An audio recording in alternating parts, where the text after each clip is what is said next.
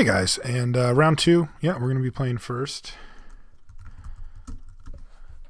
Got a little business to take care of. There we go. Now, is this a keep? Ugh, pretty ugly. Pretty ugly here. Two blue cards, no blue mana. Best case scenario is a turn 3 Slate Street Ruffian. I think I'm going to have to ship this one back.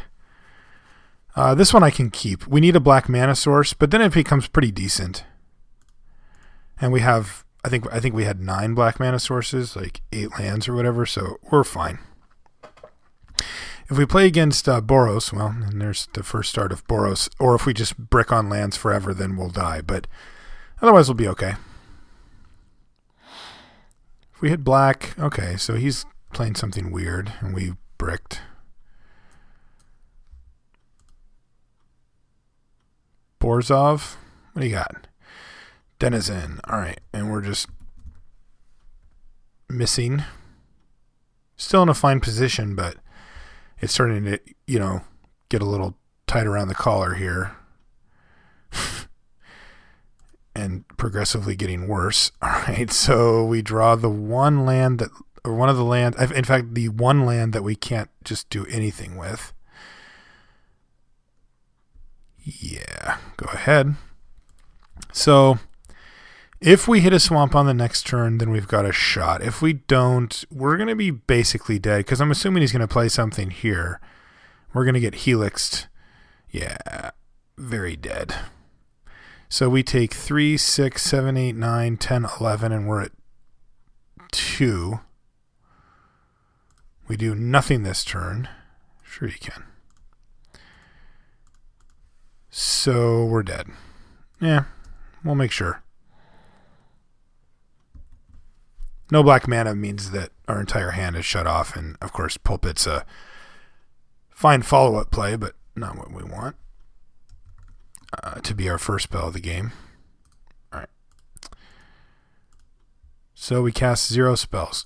Cool game. Let's try again. I still like our build. Yeah, it's fine. We just need to hit lands. I expect to have some mana issues with a deck like this. We are 3 colors. We can't be naive and think that that everything's going to go great as far as mana goes. So,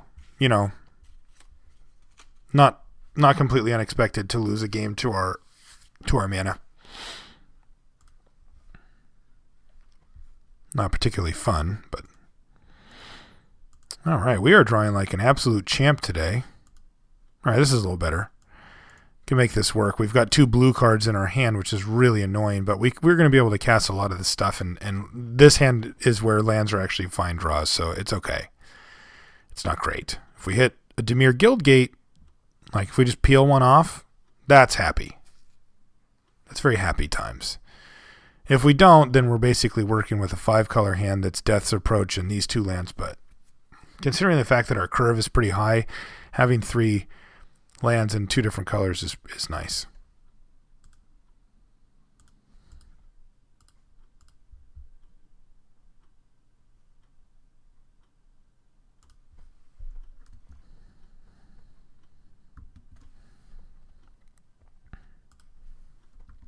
Yay, a 3-drop. Awkward, but it's fine. All right, so we're going to use up our mana and play this guy.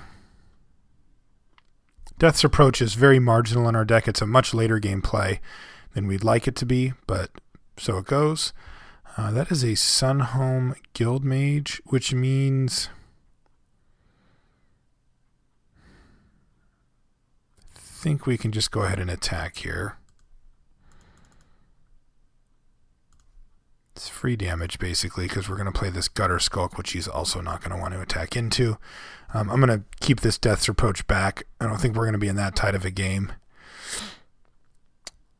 Still wouldn't mind that blue mana source to get one of our really powerful spells off. Help unmulligan us as well if he decides to take his guy back.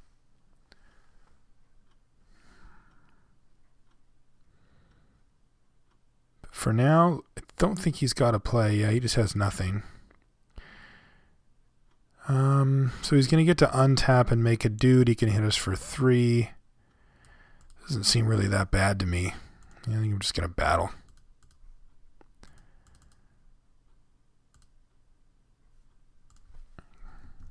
So you go. Gotta say, I don't love the way this game is going.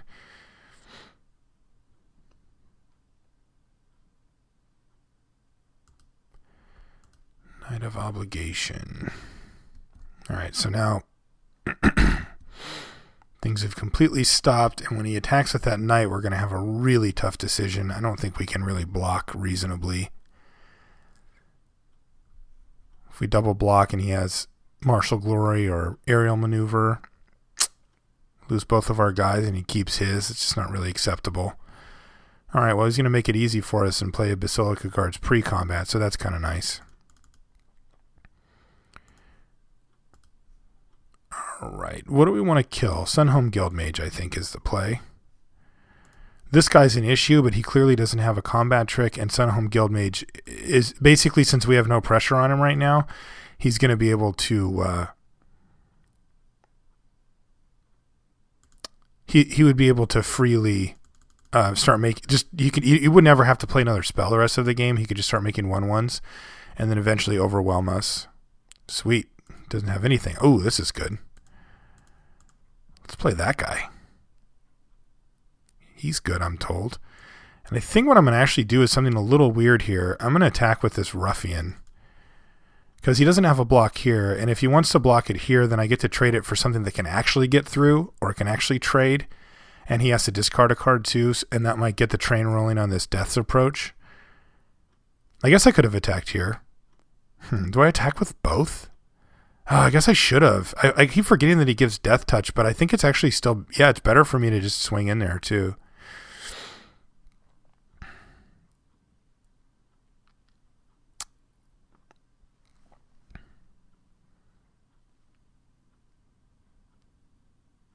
He's really tanked out here. It looks like he's just going to take it.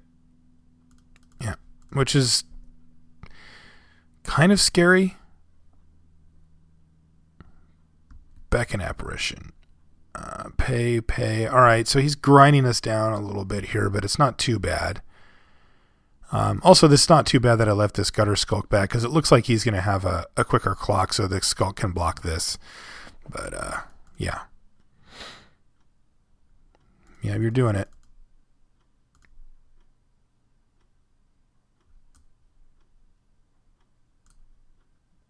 And a Griffin as well. All right, so hopefully we hit a blue mana source like very quickly here. He's not extorting here, which is nice, but we've got some air. All right, that's not very nice, Magic Online.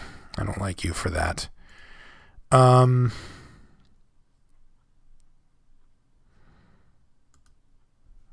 right.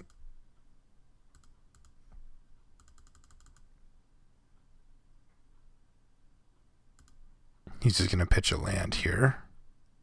Wow, he's got, I forgot, he's being more greedy than we are.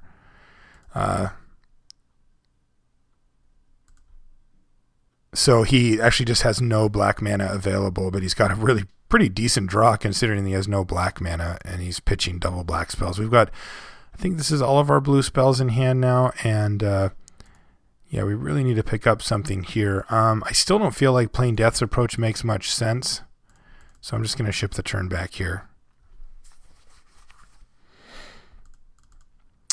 Looking pretty bad here, though. We're under a lot of pressure, and we really need to hit something. If we drew like our Dimir Key Rune, that would be fantastic. And just another Plains. Keep attacking with these guys. But we're losing this race, unfortunately for us. And we'll just have to say go.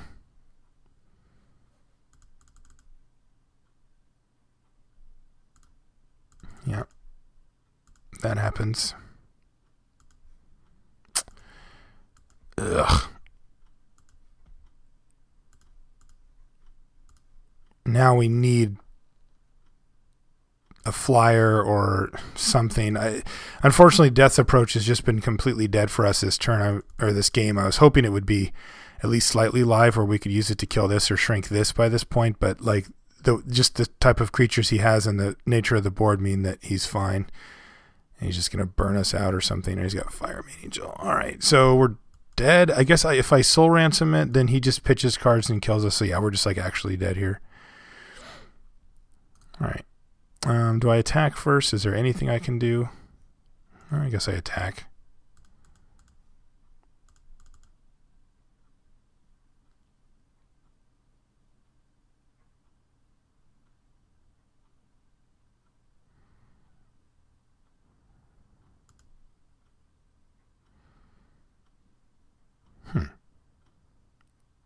It's an interesting way to block for him.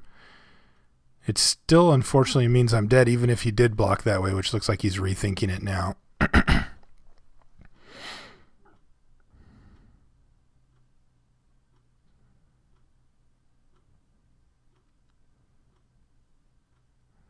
But this was a supremely great draw for him.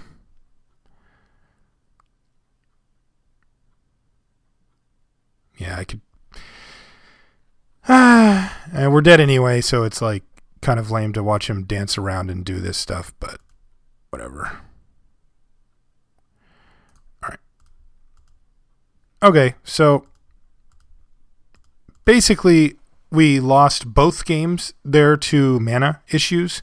I would call them unlikely mana issues, but not unheard of. Like I mentioned before, when you do play 3 colors, which I think we were warranted in doing here, it was a pretty light splash, all things told, you do take on some level of risk, and it's important to remember that and not get mad at Magic Online or the Magic gods or whatever, and to remember that you took that risk on to make your deck more powerful, and we did, and our deck was more powerful. We hit our playables and had a few more things that we could use, like that Soul Ransom, but that came at a cost for us, unfortunately. We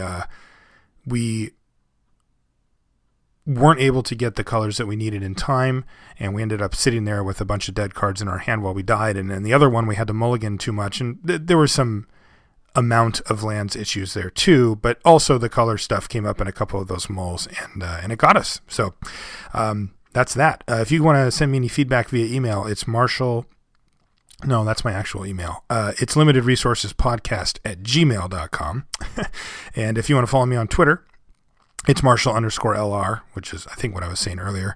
And if you would like to join the clan, you saw a couple of people join while we were playing here. We've got 1 million people in the clan. Not literally. Let's find out how many we have. I am curious. It's a lot. We have this many. 2347. So the biggest, the baddest, the best clan. It's awesome. There's us right there. Good, fun stuff. We have, so many people that we rose to the top pretty quickly. If you want to join, only requirements are that you love Magic and that you're not a jerk. And if you meet those 2 requirements, you may join. All you have to do is send me a message here on Magic Online and just say, hey, I'd like to join the clan, and I'll get you an invite. Guys, thanks for hanging out, and I'll see you next week.